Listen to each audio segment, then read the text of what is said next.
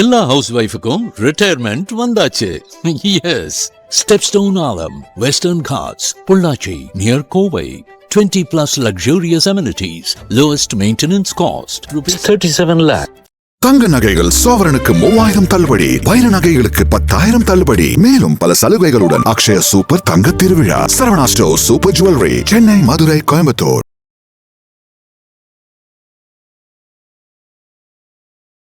அவங்க எல்லாம் சேர்ந்து யுக்ரைனுக்கு வந்து பண உதவி, பொருள் உதவி, ஆயுத உதவி எல்லாம் கொடுத்து ரஷ்யாவை அடிக்க வச்சாங்க. 4 வருஷமாக சண்டை நடந்துட்டு ஒரே டைமில் அப்படியே சொல்லி இவர் இப்படி இருக்கிறதுனால இப்படி மேலே ஏற்றி இந்த மோடி வந்து சரியில்லை, இவர் வந்து சூப்பர் அப்படின்னு கொண்டு வந்துடுவாங்க. அப்போ மக்கள் மத்தியில் ஆட்டோமேட்டிக்காக அப்போ இவ்வளோ கஷ்டப்படுறோம், இவர் வந்து பரவாயில்லையா அப்படின்னு மாற்றி ஓட்டு போட வச்சு எல்லாமே பண்ணுவாங்க. ஆனால் பிளான். ஈரான் மட்டும் அடிபணியவே இல்லை. ஈரான் மட்டும் நாங்கள் வந்து உங்கள் சௌரியத்துக்கு நாங்கள் பண்ண முடியாது அப்படி 47 வருஷமாக ஈரான் மேலே பொருளாதார தடை. 1 வருஷம் 2 வருஷம் இல்லை, 47 வருஷம். அந்த இஸ்லாமிக் புரட்சின்னு சொல்லுவாங்க. ஓகே, அந்த புரட்சி ஆரம்பித்ததுலேருந்து அவங்க சொல்லு கேட்க மாட்டாங்கன்னு பொருளாதார தடை. இங்கே கிடைக்கக்கூடிய எண்ணெயை வந்து திருட்டுத்தனமாவோ ஏதோ ஒரு வழியிலேயே வந்து வேறு வேறு நாடுகளுக்கு விற்று அப்புறம் வரக்கூடிய அந்த பணத்தை வந்து இங்கே கொண்டு வந்து நிறைய ஆயுதங்கள் செய்ய ஆரம்பித்தாங்க. அதனால அவங்க ரொம்ப நாள் முன்னாடியே இந்த போருக்காக 25 வருஷமாக ப்ரிப்பேர் பண்ணிட்டு இருக்காங்க இந்த போருக்காக. ஈரான் அவங்க எல்லாத்தையும் பாடம் படிக்கிறாங்க. வந்து இப்ப பிற்காலத்துல வந்து என்ன நடக்க போகுதுன்றது எல்லாம் பண்ணுவாங்க. இதெல்லாம் பண்ணுவாங்க. எந்த ரூட்ல எந்த ஏரியாவில் மேகம் போச்சு வச்சுக்கலேன், மேகத்தை களைச்சி விட்டுறது மழை பெய்யாம. 20 வருஷத்துக்கு மேலே 2003 இருந்து 2023 வரைக்கும் ஈரானில் மழையே பெய்ய விடலை. எல்லைக்குள்ளே இருக்குது. அதை க்ளோஸ் பண்ணிட்டாங்க. க்ளோஸ் பண்ணிட்டேன்னா இதை வச்சு க்ளோஸ் பண்ணுறது இல்லை, அவங்களோட IRGC நேவல் படை இருக்கு இல்லையா, அங்கே உட்காந்துக்கிட்டாங்க. யார் வந்தாலும் அடிப்போம், நம்ம கவுண்டர் பண்ணி சொன்ன மாதிரி தான், எவன் வந்தாலும் வெட்டுவேன் அப்படின்ற மாதிரி ஷூட் பண்ணி அவங்க செத்து போவாங்க இல்லையா. அந்த பாடி எடுத்து போயிட்டு உடற்கூறு ஆய்வு பண்ணால் அதில் உள்ள தோட்டாலாம் வந்து இஸ்ரேல் தோட்டா. அப்போ என்ன அந்த போராட்டக்காரர்களுக்கு மத்தியில் இஸ்ரேல் அண்ட் அமெரிக்கா ஏற்பாடு பண்ண கலவரக்காரர்களும் உள்ளே விட்டு அவங்க கீழே துப்பாக்கி கொடுத்து பிரச்சனை வந்து அப்புறம் ஈரான் என்ன பண்ணிட்டாங்க, யாரெல்லாம் கலவரக்காரர்களோ அவங்க பூரா பிடிச்சாங்க. 40,000 பேர் பிடிச்சாங்க. பிடிச்ச 30,000 பேரை வந்து கொண்டு விட்டாங்க. எனக்கு நீ கலவரம் பண்ணி அவங்களுக்கு இஸ்ரேலுக்கும் அமெரிக்காவுக்கும் நீ விசுவாசம் இருந்தேன்னு இந்த நாடு உனக்கு தேவையில்லை அப்படின்னு சொல்லிட்டு கொண்டு விட்டாங்க. ஒன்று கூடுறதும் ஒரு சாதாரண கட்டிடங்களில் கூடுறது இல்லை, அண்டர் கிரவுண்ட்லாம் கூடுவாங்க. அங்கே நிறைய அண்டர் கிரவுண்ட் இருக்குது ஈரானில், எக்கச்சக்கமான அண்டர் கிரவுண்டு. அண்டர் கிரவுண்டில் ஒரு சின்ன ஏர்போர்ட் வரைக்கும் இருக்குது. இராணுவத்தில் இருக்க முக்கியஸ்தர் எல்லாம் சேர்ந்து ஒரு 40 பேருக்கு மேலே கீழே அண்டர் கிரவுண்டில் உட்காந்து அன்றைக்கி பேசுகிறாங்க. இது பேசுகிறாங்கன்னு தெரிஞ்சு அமெரிக்கா அண்ட் இஸ்ரேல் அன்றைக்கி வந்து கிட்டத்தட்ட 900 குண்டுகள், 1-2 இல்லை, அந்த எவனி நிறைய அனுப்பிச்சி விட்டு ஸ்கூலில் வந்து 168 பிள்ளைகளை கொண்டு விட்டாங்க. அந்த எவனி நிறைய அனுப்பிச்சி விட்டு ஸ்கூலில் வந்து 168 பிள்ளைகளை கொண்டு விட்டாங்க. ஓடி விளையாடு ஓய்ந்திருக்கலாகாது. அதுக்கு தான் சூப்பர் சரவணா ஸ்டோர்ஸில் சம்மருக்கு ஆடைகள் வாங்கும் போது அவுட்டோர் கேம்ஸ் ஃப்ரீ. ஓடு ஆடு விளையாடு. சூப்பர் சரவணா ஸ்டோர்ஸ் சம்மா கோடையை கொண்டாடலாம்.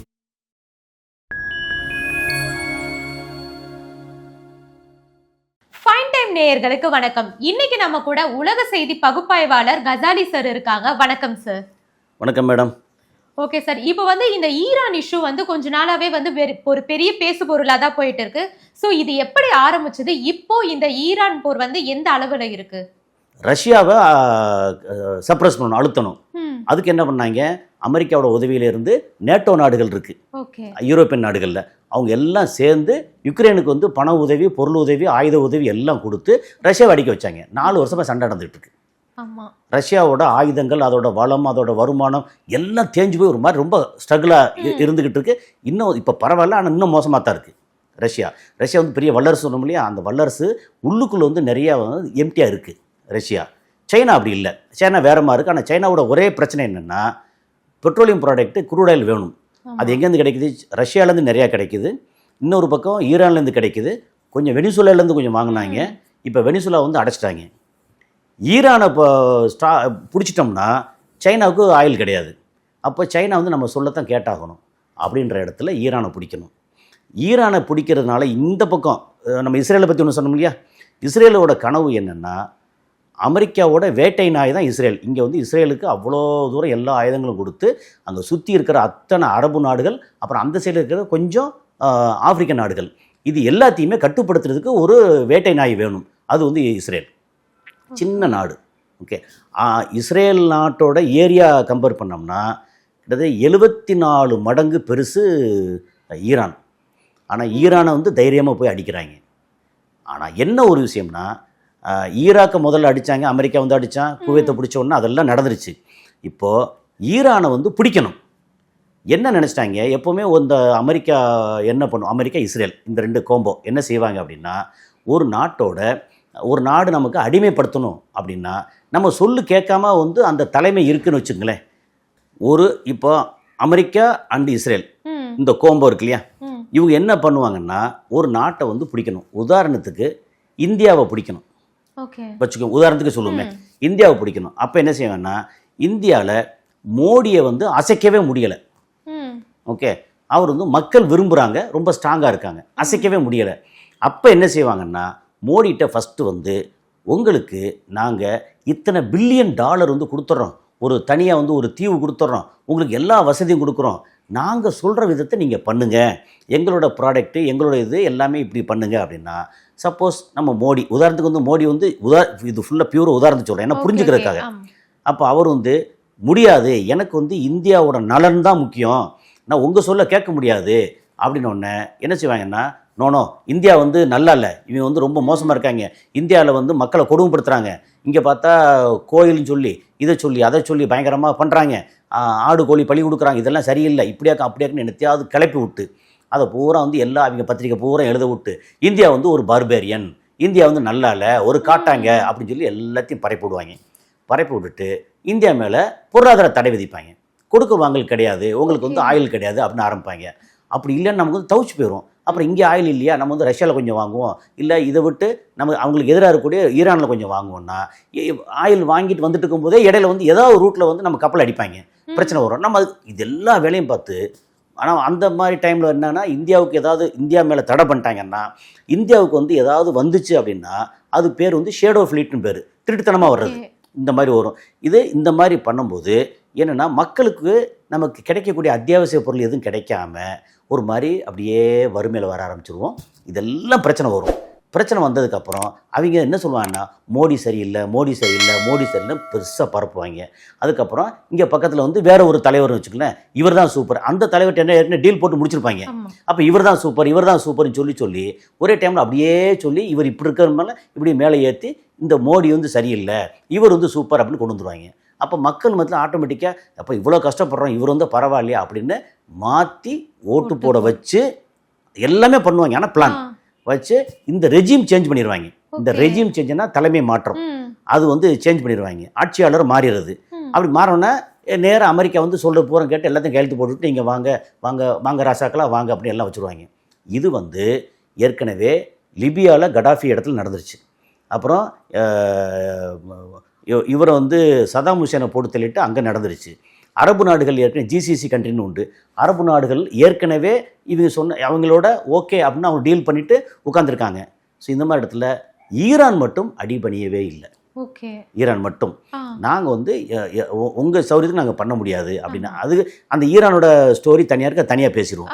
ஏன்னா 49 50 அப்புறம் 53 வரைக்கும் வேற ஒருத்தர், அப்புறம் 79 இஸ்லாமிக் புரட்சி, அதுக்கப்புறம் வந்து இது வரைக்கும் கன்டினியூ பண்ணது. அப்புறம் இவங்க வந்து அடங்க மாட்டாங்கன்னு சொல்லி பொருளாதார தடை விதிச்சு 47 வருஷமாக ஈரான் மேலே பொருளாதார தடை.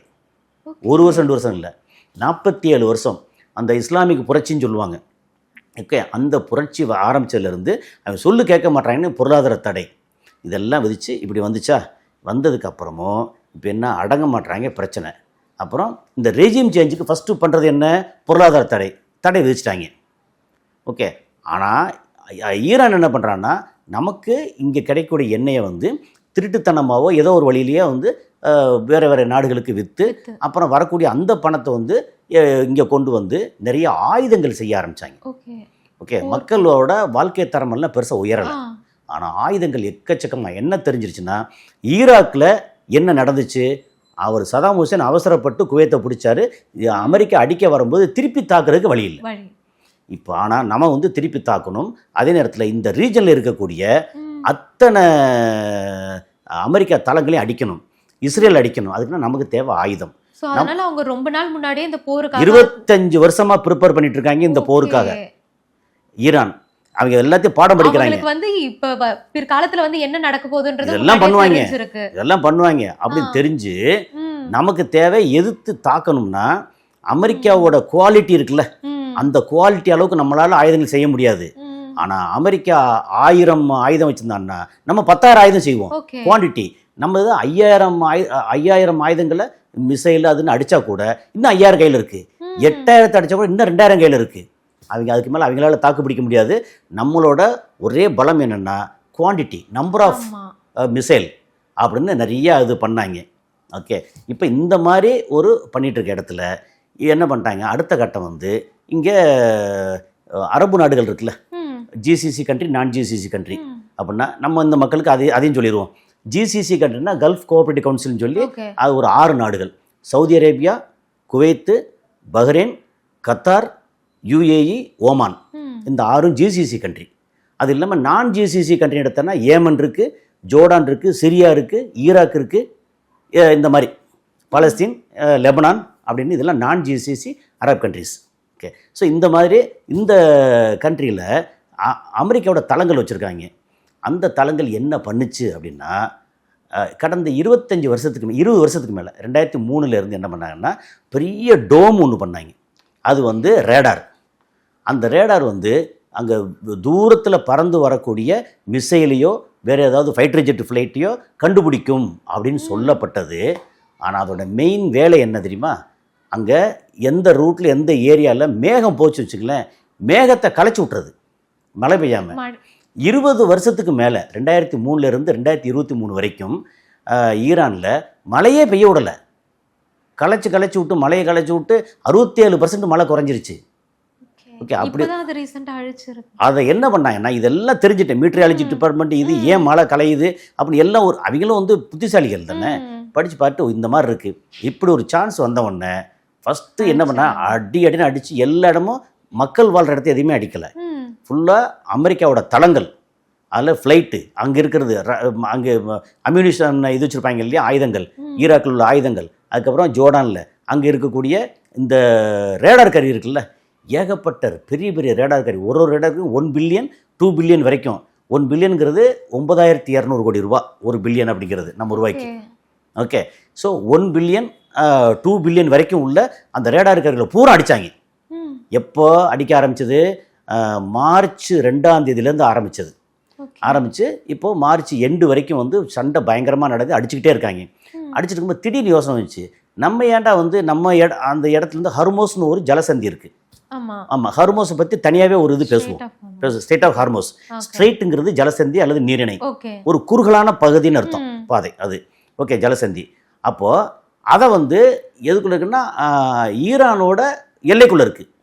அதை க்ளோஸ் பண்ணிட்டாங்க. க்ளோஸ் பண்ணிட்டேன்னா இதை வச்சு க்ளோஸ் பண்ணுறது இல்லை, அவங்களோட IRGC நேவல் படை இருக்கு இல்லையா, அங்கே உட்காந்துக்கிட்டாங்க. யார் வந்தாலும் அடிப்போம், நம்ம கவுண்டபிள் சொன்ன மாதிரி தான், எவன் வந்தாலும் விட்டுவேன் அப்படின்ற மாதிரி அடிப்போம் அப்படின்னு. ஆனால் யாருக்கு விட்டாங்கன்னா சைனா கப்பல்களுக்கு பூரா விட்டாங்க. ஏன்னா சைனா தான் அவங்களுக்கு பெரிய ஆதரவு கொடுத்துட்ருக்காங்க, எல்லாம் விட்டாங்க. ஸோ இந்த இடத்துல அங்கே பிரச்சனை எப்படின்னா, இங்கே ஆரம்பித்து இதெல்லாம் வந்து ஈரானை பிடிக்கணும் அப்படின்னு வரும்போது என்ன பண்ணிட்டாங்க, இது ஃபஸ்ட்டு திங் வந்து பேரம் பேசி பார்த்தாங்க, நடக்கலை. பொருளாதார தடை போட்டாங்க, அதையும் மீறி வளர்ந்துக்கிட்டு இருக்காங்க. வளர்ந்துட்டு என்ன சர்வைவ் ஆகிட்டு இருக்காங்க. 3வது வந்து கலவரம் உண்டு பண்ணுறது. அப்போ என்ன பண்ணுன்னா 2025 டிசம்பர் 25 அப்போ வந்து அங்கே போராட்டம் நடக்குது. எதுக்கு நடக்குதுன்னா, விலைவாசி பூரா ஏறி போச்சு அப்படின்னு போராட்டம் நடக்குது.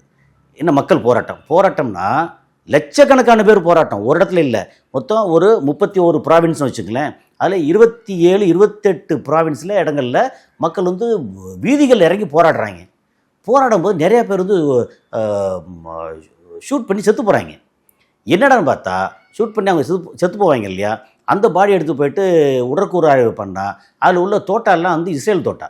அப்போ என்ன அந்த போராட்டக்காரர்களுக்கு மத்தியில் இஸ்ரேல் அண்ட் அமெரிக்கா ஏற்பாடு பண்ண கலவரக்காரர்களும் உள்ளே விட்டு அவங்க கீழே துப்பாக்கி கொடுத்து நிறைய பேரை சாகடிச்சோன்னா, ஐயோ ஈரான் கொண்டுட்டாங்கன்னு பெரிய பதட்டமாக்கி விட்டு, அப்போ ஈரான் ஒழுங்காக இருக்கணும், இல்லை நாங்கள் வந்து உங்களை அடிப்போம் அப்படின்னு அமெரிக்கா எச்சரிக்கை பண்ண பிரச்சனை வந்து, அப்புறம் ஈரான் என்ன பண்ணிட்டாங்க, யாரெல்லாம் கலவரக்காரர்களோ அவங்க பூரா பிடிச்சாங்க. 40,000 பேர் பிடிச்சாங்க. பிடிச்ச 30,000 பேரை வந்து கொண்டு விட்டாங்க. எனக்கு நீ கலவரம் பண்ணி அவங்களுக்கு, இஸ்ரேலுக்கும் அமெரிக்காவுக்கும் நீ விசுவாசம் இருந்தேன்னு இந்த நாடு உனக்கு தேவையில்லை அப்படின்னு சொல்லிட்டு கொண்டு விட்டாங்க. ஓகே, அப்போ மீதி பேர் என்ன பண்ணாங்க? ஜெயிலில் இருக்காங்க. ஓகே, கொஞ்சமாக கொண்டுட்டு இருக்காங்க. ஏன்னா மொசாடுன்னு சொல்லி உளவு பிரிவு ஒன்று இருக்குது. ஓகே, இஸ்ரேலோட மொசாடுங்கிறது உலகத்திலே ரொம்ப ஃபேமஸ் உளவு பிரிவு. அமெரிக்காவோட உளவு பிரிவு வந்து CIA. Okay, okay. ஸோ இவங்களோட அரேஞ்ச்மெண்ட்டில் அங்கே லோக்கல் ஈரானியன் இருக்காங்கல்ல, அவங்களே உளவு சொல்கிற ஆட்களாக இருப்பாங்க, காசுப்பட்டு அவங்க எல்லாத்தையும் முடித்தாங்க. அப்புறம் இந்த பரபரப்பு செய்தி வந்து பயங்கரமாக வெளியே போகுதுன்னு சொன்ன உடனே மொத்தத்துக்கு இன்டர்நெட்டை பூரா கட் பண்ணிட்டாங்க. No internet. அங்கே சில இடங்களில் கரண்ட்டை கட் பண்ணி விட்டாங்க. அந்த நாடு எப்போவுமே ஒரு போராட்டம், ஒரு பிரச்சனை தான் அப்படி கரண்ட்டை கட் பண்ணுவாங்க, இன்டர்நெட்டை கட் பண்ணுவாங்க, அப்புறம் பாதையை பூரா வழி பூரா அடைச்சி வைப்பாங்க. இதெல்லாம் நடக்கும். இது வந்து அப்படி பண்ணாங்க. அப்புறம் அது பண்ணிட்டு இருக்கும்போது ஒரு 50,000 ஸ்டார் லிங்க் இருக்குல்ல, எலான் மஸ்க்கு கேள்விப்பட்டிருப்பீங்க. ஆமாம். அந்த எலான் மஸ்கோட சொந்த கம்பெனி வந்து ஸ்டார் லிங்க். எங்கே போனாலும் நேரடியாக இப்போ உங்கள் கையில் வந்து மொபைல் இருக்குன்னா அது வந்து இங்கேருந்து போய் ஒரு இதுக்கு போயிட்டு ஒரு டவர் வச்சுருக்காங்களா, அந்த டவரில் போய் அதுக்கப்புறம் மாறி அப்படிலாம் இல்லாமல் நேரடியாக வந்து இதில் போகிறது. ஓகே, சேட்டலைட்டோட கனெக்ஷன் ஸ்டார் லிங்க்கு. அது ஒரு 50,000 ஸ்டார் லிங்க் இருந்துச்சு. அப்போ இங்கேயும் தகவல் போகுது அப்படின்னு யார்கிட்ட எல்லாம் ஸ்டார் லிங்க் இருக்கோ அவனை பூரா பிடிக்கும் அப்படின்னு அவனை பிடிச்சி அரெஸ்ட் பண்ணோன்னே எல்லாம் வந்து அடித்து பிடிச்சி எல்லாத்தையும் போயிட்டாங்க, எல்லாத்தையும் க்ளோஸ் பண்ணிட்டாங்க. ஸோ பிரச்சனை வந்து ஓவராலாக இவங்க வந்து கண்ட்ரோல் பண்ணிட்டாங்க. கண்ட்ரோல் பண்ணால் அடுத்து அமெரிக்கா வர்றாங்க, சரி பேச்சுவார்த்தைக்கு வாங்க அப்படின்னு. பிப்ரவரி மாதம் வந்து பேச்சுவார்த்தை நடக்குது. முதல்ல ஒரு பேச்சுவார்த்தை துருக்கியில் நடக்குன்னு சொன்னாங்க. ஏன் இவ்வளோலாம் சொல்கிறோம்னா இந்த ஸ்டோரி பூரா தெரிஞ்சால் இதெல்லாம் பண்ணியிருக்காங்க அப்படின்னு வரும். இப்போ வந்து பிப்ரவரியில் பேச்சுவார்த்தைன்னா ஃபஸ்ட்டு வந்து துருக்கியில் சொன்னாங்க. ஈரான் என்ன சொல்லிட்டாங்கன்னா, துருக்கியில் வந்து பேச்சுவார்த்தை எங்களுக்கு இஷ்டம் இல்லை, எங்களுக்கு வந்து இஷ்டம்னா நீங்கள் ஓமானில் வைங்க அப்படின்னு. ஓமானோட பிரைம் மினிஸ்டர் அண்ட் ரூலர் அவங்களுக்கு முன்னாடி அவங்கள வச்சு அங்கே பேச்சுவார்த்தை ஓமானில் ஃபஸ்ட் நடக்குது. போன உடனேயே 50 நிமிஷத்துலேயே பேச்சுவார்த்தை தோல்வி. ஏன்னா இவங்க சொன்னது வந்து ஹர்மோஸை வந்து மூடி வச்சுருக்காங்க. ஓகே, அதுக்கப்புறம் கையில் வந்து ஒரு 450 கிலோ என்ரிச்டு யுரேனியம் வச்சுருக்காங்க. ஓகே, அந்த என்ரிச்டு யுரேனியம், அந்த யுரேனியத்தை பற்றி இன்னொரு இதில் பேசுவோம். ஏன்னா யுரேனியம் வந்து டோட்டலாகவே என்ரிச்மெண்ட்னா என்ன, ஏன், எப்படி, அது வந்து கரண்ட்டுக்கு எவ்வளோ தேவைப்படும், அப்புறம் வெப்பன் கிரேடு எப்படி அப்படின்ற டீட்டெயில் இருக்குது அதில். ஸோ என்ரிச்மெண்ட் வந்து 60% என்ரிச் பண்ண யுரேனியம் வந்து ஒரு 450 கிலோ இருக்குது.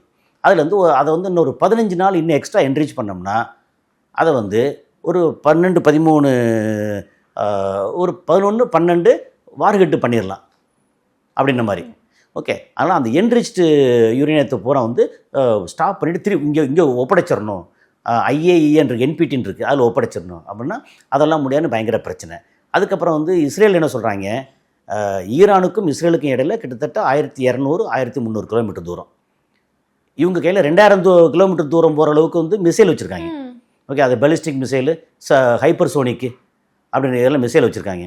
அந்த மிசைல் வந்து எல்லாத்தையும் அழிச்சிட்டு நீங்கள் 400-500 கிலோமீட்டருக்குள்ளே தான் நீங்கள் வந்து பயன்படுத்துகிற மாதிரி மிசைல் கையில் இருக்கணும் அப்படின்னு அவன் சொல்கிறான் இஸ்ரேல். ஆனால் அவங்க கையில் எல்லாமே இருக்குமா, இந்த மாதிரி சொன்னால் அதெல்லாம் முடியாதுன்னு சொல்லி பேச்சுவார்த்தை போனோன்னு தோல்வி. ஓகே, அடுத்த பேச்சுவார்த்தை ஜெனீவாவில் நடக்குது.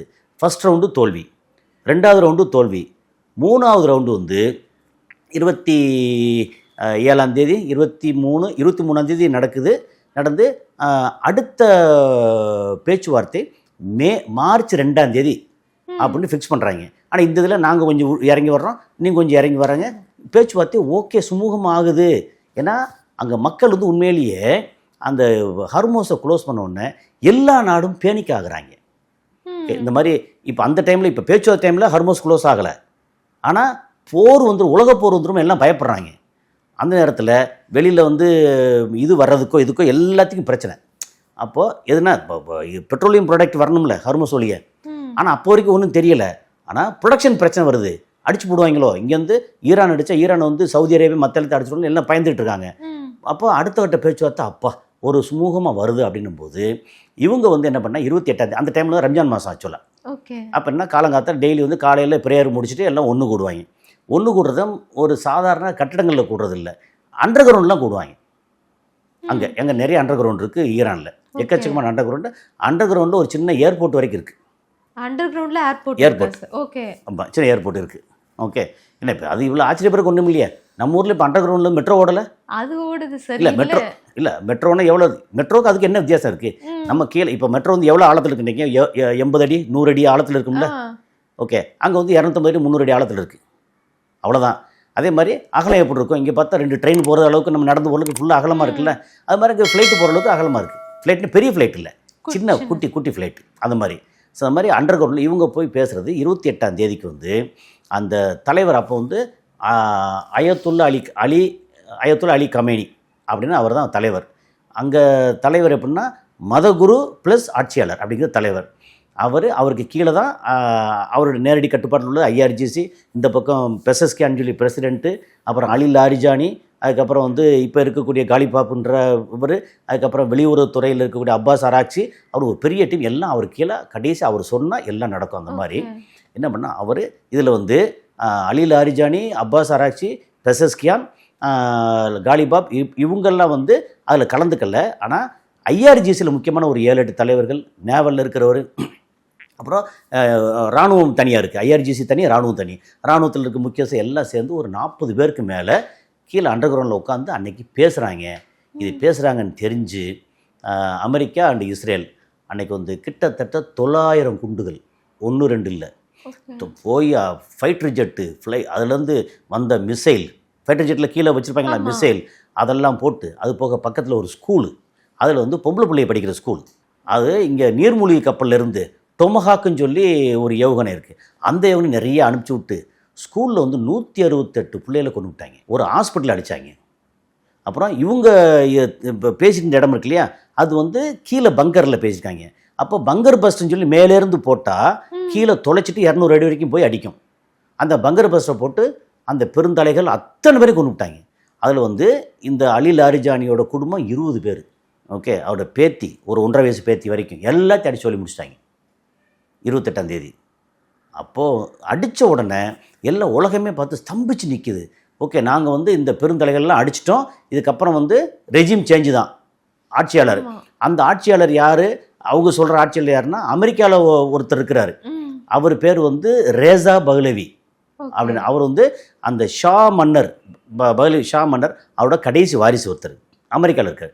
அவரை வந்து பொம்மையாக இங்கே உட்கார வச்சு நாங்கள் அவங்க ஆட்சி பண்ணுவோம், நாங்கள் வந்து எல்லா ஆயில் எல்லாத்தையும் நாங்கள் எடுத்துகிட்டு போவோம் அப்படின்றதுக்கு வந்துட்டாங்க.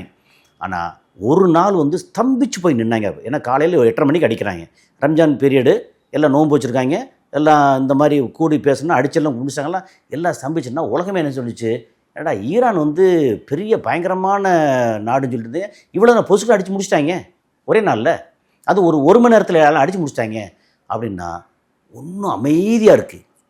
அடுத்து மறுநாள் 28ஆம் தேதி அடித்தாங்கன்னா பிப்ரவரி 28 லாஸ்ட் டே, மார்ச் 1ஆம் தேதி ஆரம்பித்தாங்க. யார்? இவங்க ஈரான் சதுராட்டம் ஆடிட்டாங்க.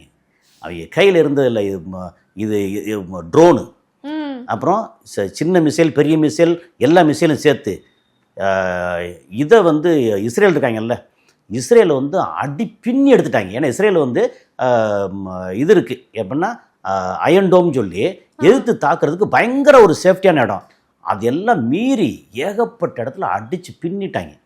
அப்புறம் Saudi Arabia, Qatar, Bahrain, UAE அப்படின்னு இங்கே இருக்கிற அத்தனை அமெரிக்கன் தளங்கள் இருக்குல்ல, அப்புறம் பஹ்ரைனில் வந்து ஃப்ளீட் 5ன்னு சொல்லி கப்பற்படைத்தளம் இருக்குது, அதையும் போட்டு அடின்னு அடிக்கிறாங்க. அதுக்கப்புறம் சொல்லி வச்ச மாதிரி ஒரு 30 மாடியில் ஒரு 28வது மாடியில் போய் ஒரு ட்ரோன் போய் அடிக்குது. எப்படின்னா அங்கே வந்து CIAயோட தலைவர் உட்காந்துருக்காங்க அங்கே. அப்புறம் எங்கெங்க இருக்காங்கன்னு எல்லாமே கரெக்டாக இதுக்கு முன்னாடி வந்து அமெரிக்காவும் இஸ்ரேலும் அவங்க பண்ணுவாங்க, ஆனால் இப்போ ஈரான் பண்ணுறாங்க. அப்புறம் இந்த மாதிரி இங்கே வந்து ராஸ்தனூரால் ஒரு இடத்துல ராஸ்தனூராங்கிற ஈஸ்டர்ன் ப்ராவின்ஸ் ஒரு இடம், அதில் ஒரு முக்கியமான ஆயில் ரிஃபைனரி இடம், அதை போய் அடிக்கிறாங்க. UAEயில் பார்த்தீங்கன்னா அங்கே வந்து ஜபலலி போர்ட்டு, அந்த போர்ட்டில் அடிக்கிறான். அப்புறம் ஃபுஜரான்னு அந்த சைடில் இருக்குது, ஃபுஜரா போர்ட்டில் அடிக்கிறாங்க. எங்கெங்கெல்லாம் அமெரிக்காவோட ஆட்கள், அமெரிக்காவோட கப்பல், இல்லை அமெரிக்காவோட தளங்கள் எல்லாத்தையும் சொல்லி வச்ச மாதிரி அடிக்கிறாங்க. அடித்தா 20 நாள் சதிராட்டம் ஆடிட்டாங்க. ஆனால் அப்போ தான் என்ன பண்ணாங்கன்னா ஹார்மோஸை க்ளோஸ் பண்ணிட்டாங்க. ஓகே சார், இவ்வளோ நேரம் நிறைய விஷயங்களை வந்து எங்கள் கூட பகிர்ந்துக்கிட்டீங்க. நன்றி சார். நன்றி.